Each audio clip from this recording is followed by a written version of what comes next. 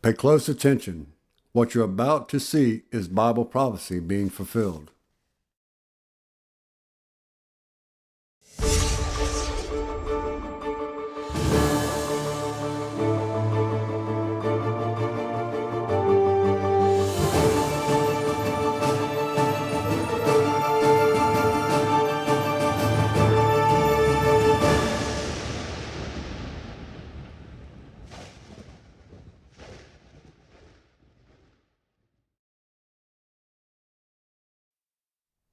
Welcome to another edition of YPN News, bringing you the news that relates to Bible prophecy and foretold by Yeshua Hawkins.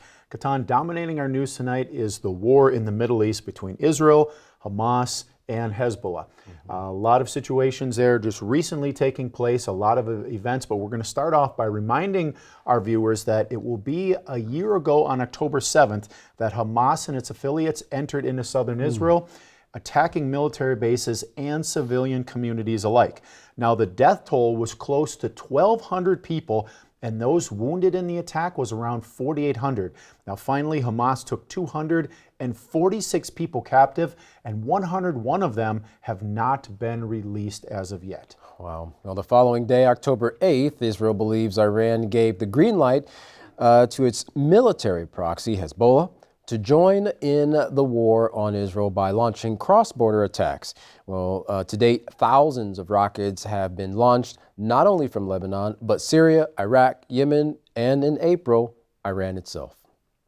Well, now there has been a string of events that has escalated the fighting and the rhetoric between Israel and Iran.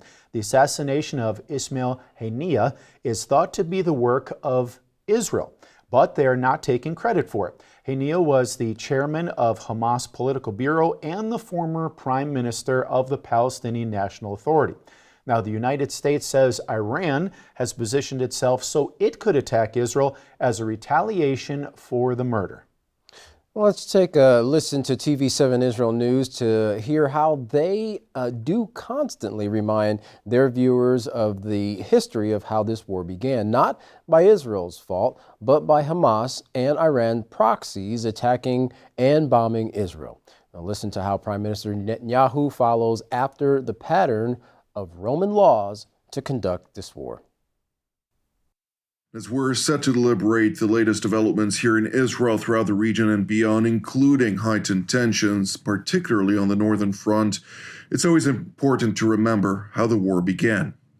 347 days ago, on October 7th of last year, the Islamist Hamas terror group, alongside its affiliates in the Gaza Strip, launched a surprise onslaught on southern Israel, declaring war by perpetrating a massacre, murdering some 1,200 mostly civilians, wounding over 4,800 others, and kidnapping roughly 250 people, including elderly, men, women, children, and infants. 101 of them remain in Hamas captivity to date. Subsequently, the next day, on October 8th of last year, Iran practically joined the war when it greenlighted its proxy in Lebanon, Hezbollah, to launch cross-border attacks against Israel. Since then, this Iranian proxy has launched over 6,000 projectiles towards Israeli territory, and not Hezbollah alone. Additional Iranian proxies have launched from Syria, from Iraq, as well as from Yemen, including Iran proper, on the night between the 13th and 14th of April earlier this year, when it launched over 300 projectiles from Iranian territory directly towards Israel. At the start of this war, we had Defense Minister Yoav Gallant and IDF Chief of General Staff Lieutenant General Herzi Halevi coming out and saying we need to open a two-front war. This will be painful. Nevertheless, it is necessary. The position of the two war cabinet ministers at the time, Gadi Eisenkot and Benny Gantz, prevailed within the war cabinet, and ultimately Prime Minister Benjamin Netanyahu decided not to launch a two-front war, pursuing the wisdom of ancient Roman laws that have always shied away from opening multiple fronts.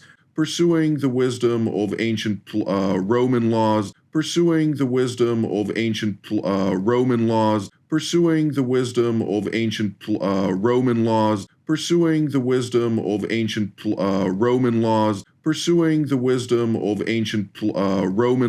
that have always shied away from opening multiple fronts. Nevertheless, ancient Roman laws also dictate that once you know the battlefield and you realize that you have a better starting point, that is the timing for you to act, because this timing may not come back in the same format. And you, as Dr. Barrachi also mentioned, war is fluid, and therefore it's better not to delay, for a latter time in the future.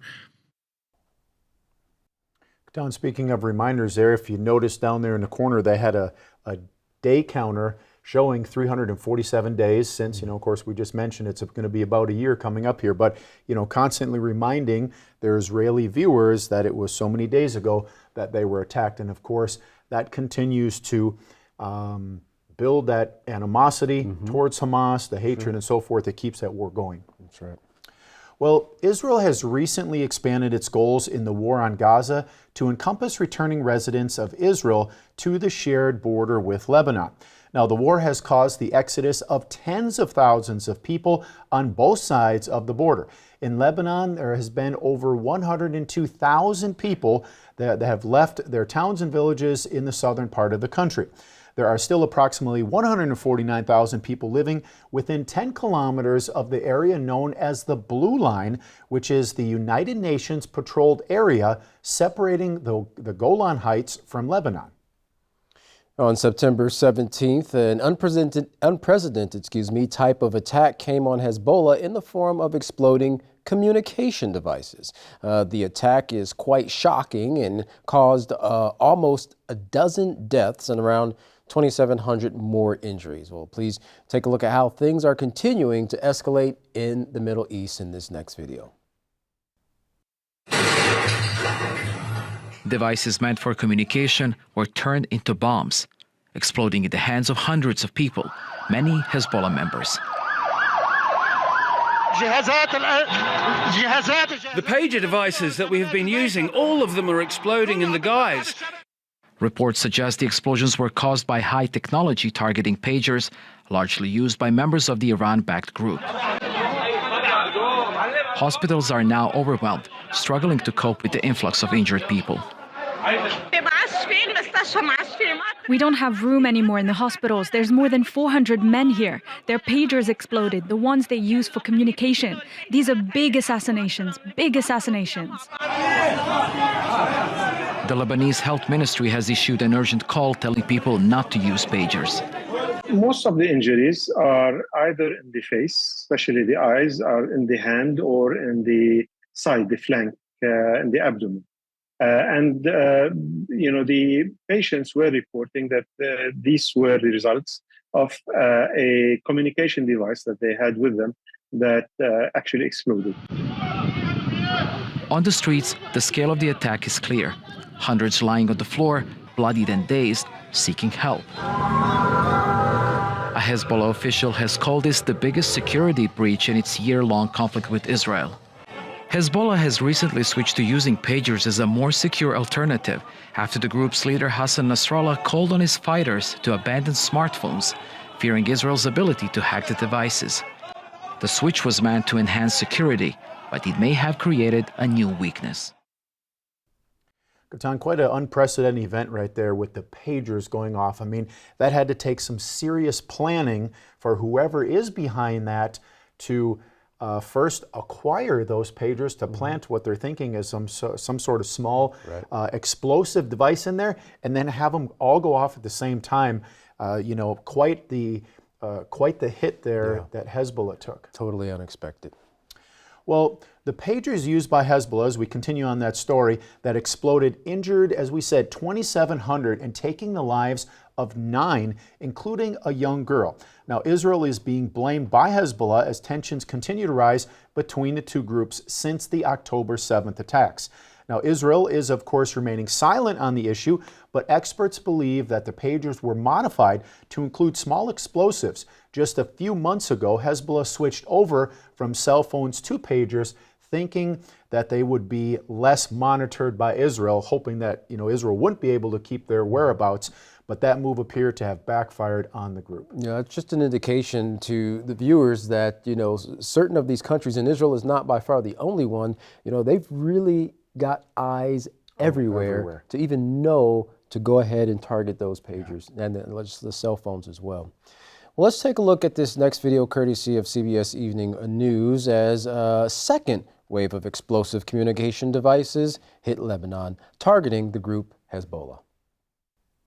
Now to the Middle East and another highly unusual attack inside Lebanon. In a second wave of attacks targeting the terror group Hezbollah, exploding walkie-talkies and handheld radios killed at least 20 people and wounded hundreds more. Now this a day after exploding pagers killed at least a dozen and wounded thousands. CBS's Imtiaz Tayeb has the latest developments from Lebanon's capital, Beirut. Good evening, Imtiaz. Nora, good evening to you. Well, as you can imagine, Lebanon is really on edge tonight after a second day of synchronized explosions of communication devices turned bombs, with many people telling us while Hezbollah may be the target, they no longer trust their own phones and fear they could be next.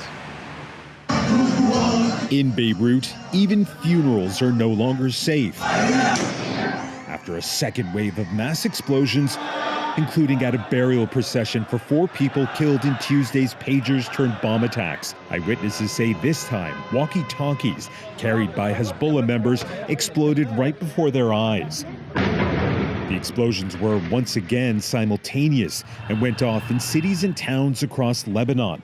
Hezbollah accuses Israel of turning thousands of its communications devices into deadly weapons, with Lebanese security officials saying tonight it was ICOM ICV82 transceiver radios, or walkie-talkies, that detonated, killing at least 20 and wounding over 450.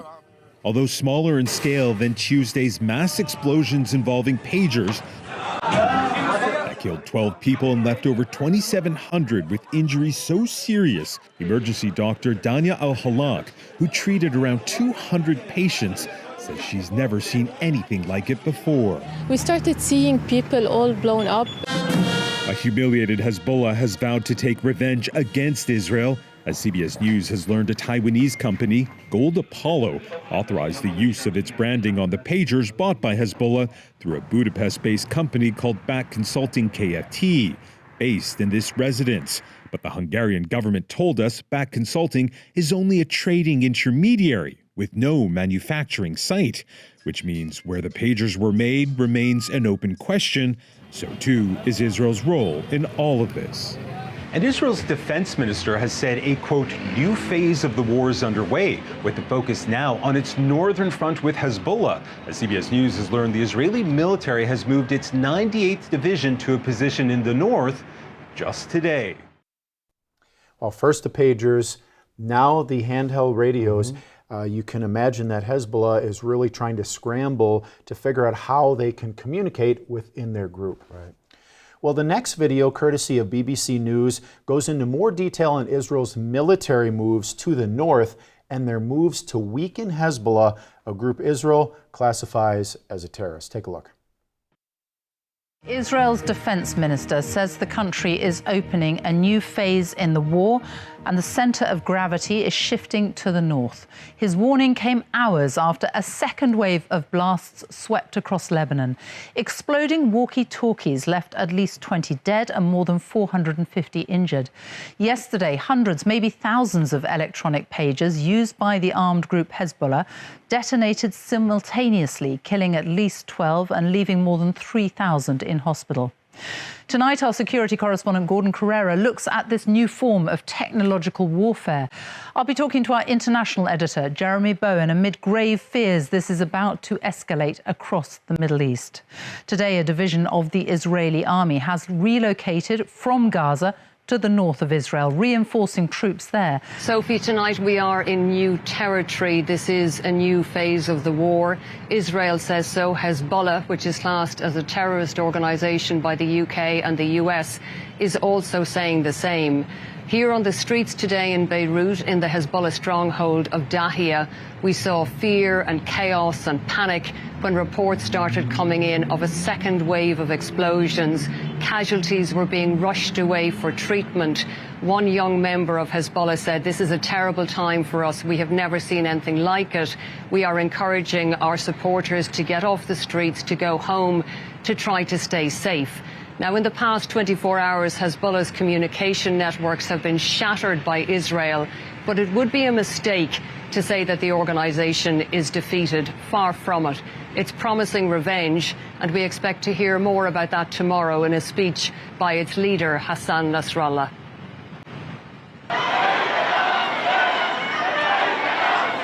Hezbollah coming to bury its dead in South Beirut today. Casualties of a new chapter in Middle East warfare. Killed not by airstrikes, but by exploding pagers. Apparently a message from Mossad. Among the dead, an 11-year-old boy. But even the mourners weren't safe. Suddenly, the sound of another blast.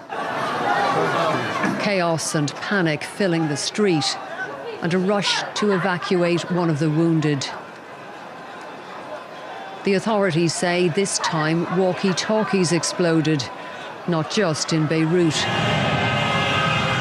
Here at a cell phone shop in the southern city of Sidon. Israel is being blamed for the past 24 hours of unprecedented attacks.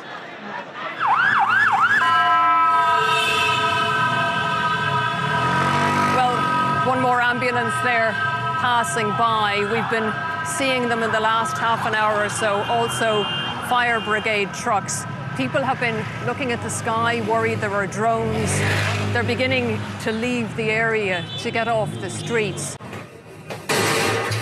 The attacks began yesterday afternoon with explosions in food markets, in homes, in restaurants. Soon casualties were streaming to hospitals. Almost 3,000 wounded in an hour. Doctors say many lost fingers and many were blinded. It has been a nightmare. Probably this is the worst day of my life as a physician. It has been a nightmare. Probably this is the worst day of my life as a physician. It has been a nightmare. Probably this is the worst day of my life as a physician. You know, that's pretty sad, because even though, just like it has been in times past, Israel and other countries, their intent is to target the terrorists responsible for certain actions, but you have all these other bystanders, and this has been one of the complaints with humanitarian groups is, hey, you're targeting these groups, but all these innocent people are suffering as a result. And like one of the victims said, you know, this is one of the worst days of my life. And you take into that into consideration with, as it was mentioned in one of the articles, you know, going back and resorting to those old Roman laws. You know, it's really kind of makes you wonder, have people or countries really gotten away from it? Those systems are still in existence, and Rome occupied through force. And we see that same force being used against the nations to this very day, and it's increasing the tensions and bringing us closer to the brink of destruction. Right, and as you mentioned, the history of Rome, that's what they did. They went out to conquer, and they just continued to take the land next to them, to, you know, overpower the people, kill them, or have them join their armies, whatever they wanted to do. But that is exactly how Rome continued to build and expand their empire. Sadly, conquering and to conquer. And sadly, that system is crumbling in on itself. Well, if you'd like to understand a little bit more about that ancient Roman system and how it affects the nations today, and also how you can go about coming out of that system and learning a peaceful way of life through the peaceful solution, contact the House of Yahweh. And when you do contact the House of Yahweh, don't forget to request your free copy of the Prophetic Word magazine and the monthly newsletter. Here's how. To contact the House of Yahweh, you can write them at the House of Yahweh, P.O. Box 2498, Abilene, Texas 79604. You can call them at 1-800-613-9494. Visit them by going to any of their websites. You can go to yahweh.com, YisraelHawkins.com, or yahwehsbranch.com.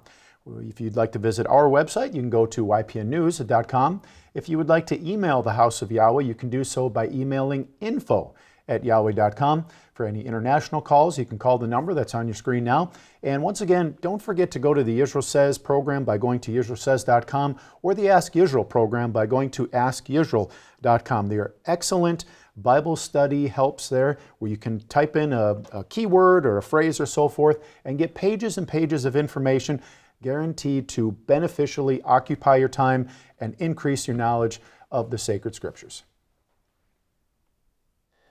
Well, don't go anywhere, because up next is yet another classic sermon by Israel Hawkins. From all of us here at YPN News, I'm Katan Alexander. And I'm Jeffrey Hammerman. Thank you for watching.